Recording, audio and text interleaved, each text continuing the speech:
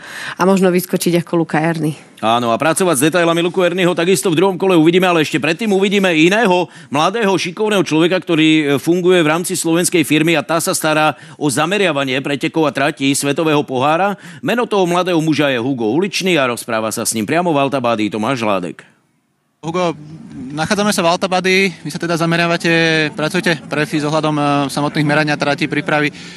Aký je stav Grand Rizzi?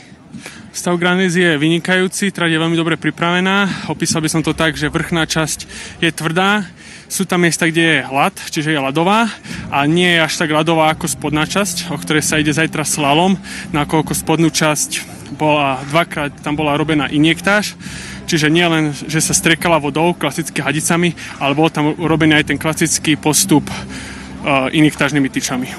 Čo sa týka toho samotného slalomu, po tej záťaži, ktorú zažije v ten prvý pretekový deň, bude tá spodná časť v poriadku?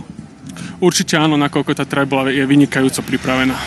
Sú tam aj nejaké zmeny, čo sa týka prípravy tej samotnej trate oproti obrovskému slalomu a slalomu?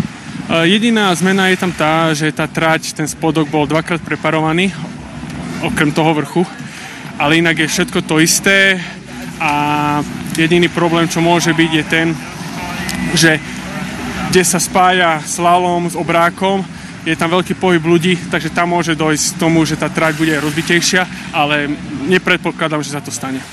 Pozerali ste si aj predpoveď, je tam možnosť nejakého sneženia, ktoré by mohlo ovplyvniť tú kvalitu samotnej prípravy trate na ten slalom?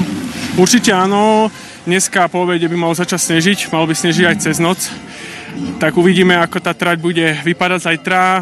Najlepšia trať, čo sme sa rozprávali, tak bola pripravená vo štvrtok, len vo štvrtok napadol čerstvý sneh, tak ako tu, tak ako vo Vagardane, tak aj tu. A tým, že napadol ten čerstvý sneh, tak tá trasa trochu zmekla a preto následne museli byť robené 2 injektáže až. Vieme, čo